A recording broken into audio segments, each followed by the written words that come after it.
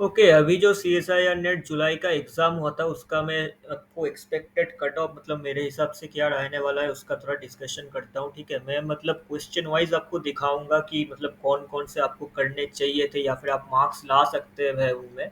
उसके बेसिस पे मैं बोलूंगा कि क्या कट ऑफ होना चाहिए। तो पार्ट ए में तो अलग से कुछ डिस्कस नहीं करूंगा। पार्ट ए में आप एवरेज 20 मान के चलो। ठीक है, तो इतना तो लाना चाहिए ही आपको। मैंने पहले भी बोला था बहुत वीडियो में, तो ये 20 में स्टैंडर्ड मान रहा हूँ। 20 से ज़्यादा ही होगा शायद, लेकिन मैं 20 मान के चल रहा हूँ। ठीक है, पार्ट बी से स्टार्ट करते हैं। ठीक है, तो मैं अपने हिसाब से बोल रहा हूँ। हो सकता है कि बहुत क्वेश्चन आपने किया हो, मैंने नहीं किया हो, मुझे टफ लगा है, आपको इजी लगा है, ऐसा भी बहुत हो सकता है। ठीक है, तो मैं अपने हिसाब से बोल रहा हूँ कि कौन कौन से आपको करने चाहिए थे। ऐसा नहीं भी हो सकता है, लेकिन मैं एक एवरेज एस्टिमेशन दे रहा हूँ। ठीक है, तो ये मैं पहला छोड़ रहा हूँ, दूसरा छोड़ रहा हूँ। ये वाला तो मतलब कुछ अलग कॉन्सेप्ट लगेगा शायद। एक्सट्रिंसिक वेरिएबल का पावर वन होता है, ऐसा कुछ कॉन्सेप्ट लगेगा। ये छोड़ रहा हूँ, ये भी छोड़ रहा हूँ, ये भी छोड़ रहा हूँ। ठीक है, ये वाला भी थोड़ा टफ था, डायरेक्शन में गड़बड़ हो सकता है, ये भी छोड़ रहा हूँ। ठीक है, ये वाला तो कुछ अलग ही था, ये भी छोड़ रहा हूँ। ठीक है, ये वाला आपको करना चाहिए था, क्योंकि ये बस आपको ये इतना पता होना चाहिए कि vibrational degree two extra vibrational degrees of freedom add होना चाहिए। तो ये आपको करना चाहिए था। ठीक है, तो ये एक क्वेश्चन आपको सबको करना चाहिए था आई गेस। ठीक है, तो ये मैं पकड़ रहा हूँ कि आप कर कर चुके हो। ठीक है, ये वाला भी इजी था। ये वाला भी बस रेशियो आपको बस पी का ऑपरेटर फॉर्म निकाल के करना होगा। तो ये वाला भी इजी था, ये भी मैं पकड़ रहा हूँ कि आप कर रहे हो। ठीक है, तो दो हो गया यहाँ पर। ठीक है, ये वाला तो कुछ डाउटफुल क्वेश्चन है मेरे हिसाब से। ये शायद चेंज हो सकता है, मतलब क्वेश्चन का फ्रेमिंग मुझे कुछ सही नहीं लगा ये वाला, तो ये शायद चेंज हो सकता है। ठीक है, अच्छा, ये वाला तो टफ था, ये छोड़ रहा हूँ। ये वाला इजी था। ठीक है, ये आपको करना चाहिए था, क्योंकि फेज आपको पता है कि ये टी बाई एच क्रॉस होता है, और ये आपको 2 पाई से बस इक्वेट करना था, तो ये करना चाहिए था। ठीक है, तो 3 हो गया यहाँ पर। ठीक है, और अब नेक्स्ट ये वाला हाँ, यस, थोड़ा ज़ूम आउट करता हूँ। ये वाला क्वेश्चन आपको करना चाहिए था, क्योंकि ये वाला आपको करना चाहिए था, क्योंकि बाउली एक्सक्लूशन सबको शायद पता होता है। ठीक है, तो ये आपको करना चाहिए था, तो 4 हो गया। ये वाला कैलकुलेशन में थोड़ा गड़बड़ हो सकता है। ठीक है, तो ये मैं छोड़ रहा हूँ अभी। ये वाला भी बहुत लोग फॉर्मूला भूल जाते हैं। ठीक है, तो इसको भी छोड़ रहा हूँ। ठीक है, ये वाला तो कुछ अलग ही था। ये वाला भी छोड़ रहा हूँ, कुछ अलग ही था। ये वाला भी बहुत लोगों ने गलती किया है, मेरा खुद भी गलत हुआ है। ठीक है, तो ये भी छोड़ रहा हूँ। ये वाला आपको करना चाहिए था, ये सिंपल कायले Hamilton theory eigen value equation से आपका हो जाता। ठीक है, तो 5 हो गया। ठीक है, ये वाला भी आपको करना चाहिए था, बस एक्सपेंड करके दिखाना था, मतलब देखना था कि 1/z-1 का इनफाइनाइट टर्म्स बन रहा है, तो ये एसेंशियल सिंगुलरिटी है। ठीक है, तो ये करना चाहिए था। ये वाला भी इजी था, एक सिंपल डिफरेंशियल इक्वेशन था, ये आपको करना चाहिए था। ठीक है, ये वाला बहुत लोग डायरेक्शन में गलती कर रहे होंगे, बहुत लोग टू फैक्टर मिस कर चुके होंगे, तो ये वाला बहुत लोगों ने गलत किया होगा। ठीक है, तो ये वाला मैं छोड़ रहा हूँ।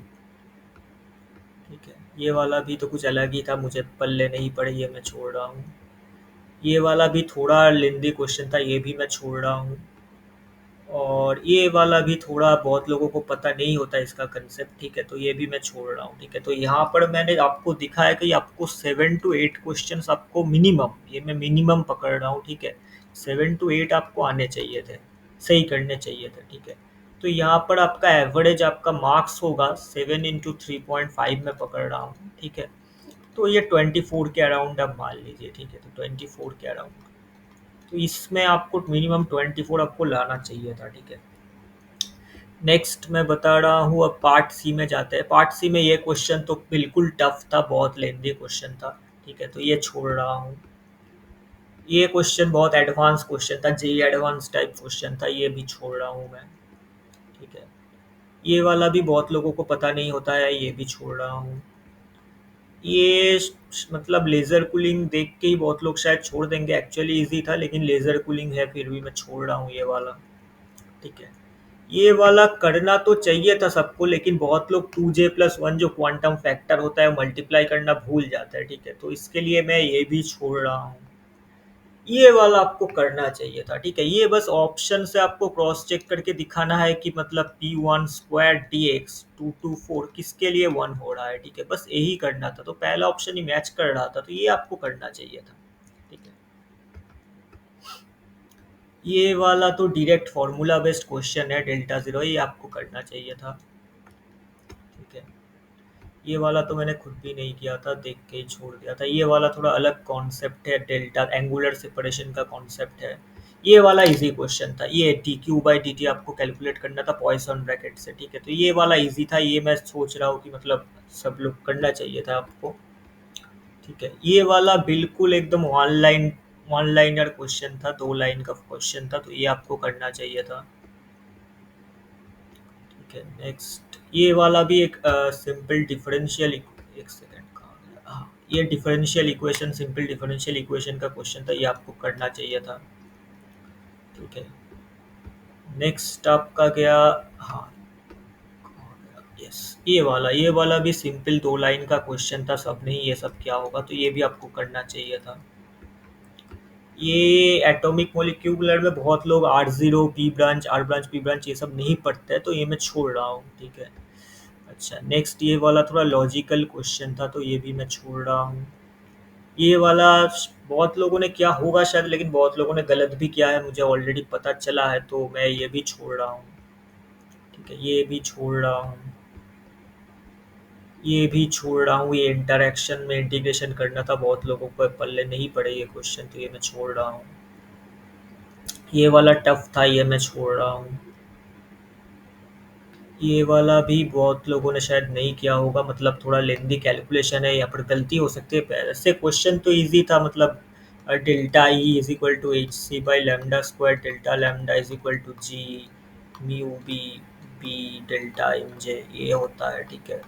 तो ये हाईएस्ट और लोएस्ट का पूछा है, तो डेल्टा एम जे 2 हो जाएगा, 1 - -1, तो मतलब फॉर्मूला बेस्ड ही था, लेकिन मुझे भी एग्जाम हॉल में मतलब कुछ गड़बड़ हो गया था शायद, कैलकुलेशन में मेरा आंसर नहीं मैच कर रहा था, तो मैं ये छोड़ ही रहा हूँ, ठीक है। ये वाला बिल्कुल वन लाइनर क्वेश्चन था, क्यू वैल्यू का क्वेश्चन था, तो ये आपको करना चाहिए था, ठीक है। ये वाला तो कुछ अजीब ही था। ये वाला भी मुझसे तो नहीं हुआ, मुझे इसका कॉन्सेप्ट नहीं पता उतना, ठीक है। ये वाला भी कुछ अजीब ही था। ये आपको करना चाहिए था, ये बेसिक क्वांटम मैकेनिक्स का क्वेश्चन है, थोड़ा सा मतलब पेन आपको चलाना तो पड़ेगा, लेकिन स्ट्रेट फॉरवर्ड है, ठीक है। तो ये आपको करना चाहिए था, ओके। नेक्स्ट ये वाला भी थोड़ा मतलब कंसेप्चुअल है, लोग गलती कर सकते, तो ये मैं छोड़ रहा हूँ अभी, ठीक है। और कहाँ गया, और ये वाला तो मतलब मुझे नहीं पता, शायद बहुत लोगों ने क्या होगा। ये वाला आपको करना चाहिए था, क्योंकि आपको बस पोटेंशियल एनर्जी देख के, अगर आप ये देख लेते कि कहाँ पर, यहाँ पर माइनस जी साइन थीटा हो रहा है या फिर प्लस जी साइन थीटा हो रहा है, क्योंकि आपको अगर देख लेते कि माइनस जी हो रहा है, तो ये देखो ये दोनों पार्ट सेम है, और अगर आप देख लेते कि प्लस हो रहा है, तो फिर आपको दिक्कत होता। लेकिन ये जब मतलब जब पोटेंशियल लिखोगे, लेग्रेंजियन लिखोगे, तो आप देखोगे कि माइनस जी साइन थीटा आ रहा है इस टाइप में, मतलब लेफ्ट साइड में, तो बस दोनों का ही तो सेम है, ठीक है। तो ये मतलब आपको करना, अब बस आपको देखना था कि मतलब जो डेल डेल टी होगा वहाँ पे साइन होगा या कॉस होगा, मतलब ये मतलब करना चाहिए था। मैं मतलब तो बहुत इजी तो नहीं था, लेकिन बहुत टफ भी नहीं था, तो ये मैं पकड़ रहा हूँ कि आपने क्या होगा शायद, ठीक है। तो बहुत टफ नहीं था, तो एक तो यहाँ से आपको दो ऑप्शन में से एक मिल जाता, और डेल डेल टी करना मतलब टी के रेस्पेक्ट में डिफरेंशिएट तो सब लोग ही कर मतलब करना कर सकते हैं, ठीक है। तो ये साइन और कॉस क्या होगा ये भी वेरीफाई करना बहुत आसान था, मतलब आपने पूरा अगर सॉल्व नहीं भी किया होगा एकदम डिटेल में, तो आप यहाँ पर चेक कर सकते हो कि ये कौन सा साइन आ रहा है, और साइन ओमेगा टी और कॉस ओमेगा टी में कौन आ रहा है, ये भी आप चेक कर सकते हो, तो ये भी शायद करना चाहिए था मेरे हिसाब से, ठीक है। ओके, ये वाला भी इजी क्वेश्चन था, ये करना चाहिए था, ठीक है। मतलब रेडिएशन सबने ही पढ़ा होगा कि जी ज़ीरो होता है, F is equal to G U minus T S plus P V, so G minus P V होता है, तो ये ज़ीरो होता है, तो ये माइनस पी वी होता है, ठीक है। और ये वाला मैंने तो नहीं किया था, लेकिन शायद इजी था, बट ठीक है मैं छोड़ रहा हूँ। तो मिनिमम आपको दिखाया मैंने कि 10 क्वेश्चन तो आपको करना ही चाहिए था, ठीक है। 50 मार्क्स तो आपको लाना चाहिए था मिनिमम। बाकी मतलब एक दो मतलब थोड़ा सा भी मुझे टफ दिखा तो उसको मैंने छोड़ दिया है, ठीक है। तो उसमें से भी अब एक दो टफ तो सब लोग ही करेंगे ना, सब तो इजी नहीं होगा। मैं मिनिमम पॉसिबिलिटी दिखा रहा हूँ कि इतना मार्क्स आपको लाना चाहिए था, ठीक है। अब कुछ गलत भी हो जाता है, कभी कभी सिली मिस्टेक्स भी होता है, तो ये सब भी एग्ज़ाम का पार्ट है। तो अगर मैं 50 + 24 + 20 करूँ तो ये 94 होता है, ठीक है। अब पिछली अगर मैं मतलब नॉर्मल अपने हिसाब से बोलूँ तो फिर 90 कट ऑफ जाना चाहिए जेआरएफ का, ठीक है। लेकिन पिछली बार आप लोगों ने देखा था कि कट ऑफ बहुत ज़्यादा गया था, ठीक है। मतलब अनएक्सपेक्टेड चला गया था, 108 चला गया था। इसलिए मैं मतलब कम के साइड में, लोअर साइड में तो नहीं बोलने वाला, क्योंकि रिस्क लेना सही नहीं है।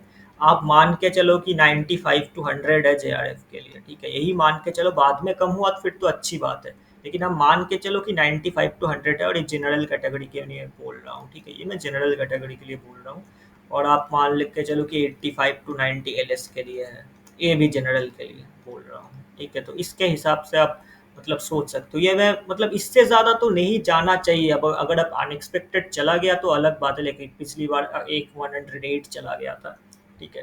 तो बहुत कुछ हो सकता है, अब गारंटी तो नहीं दे सकते, लेकिन मेरे हिसाब से तो मतलब इसके बीच ही रहना चाहिए, ठीक है। तो ये शायद इसके बीच ही रहेगा होपफुली। अब इससे कम जाए तो और भी बेहतर है, लोगों के लिए अच्छा है। लेकिन आप ज़्यादा ही मान के चलो, मतलब आप अगर 93 हो रहा है मान लो, तो आप ये मत सोचना कि आपका जेआरएफ हो जाएगा। मतलब ये ना सोचने में ही बेहतर है। अगर आप जनरल कैटेगरी में हो और आपको 93 हो रहा है तो ज़्यादा आप ऑप्टिमिस्टिक मत होना, क्योंकि पिछली बार बहुत ज़्यादा कट ऑफ गया था लोगों को। मतलब आप ज़्यादा ऑप्टिमिस्टिक हो जाओगे तो बाद में जाके तो बुरा लग सकता है।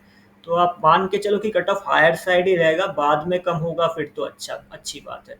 तो आप मान के चलो कि यही है, ठीक है। इससे ज़्यादा भी है ऐसा मान के चलो, बाद में कम हो जाएगा तो फिर ठीक है, ओके।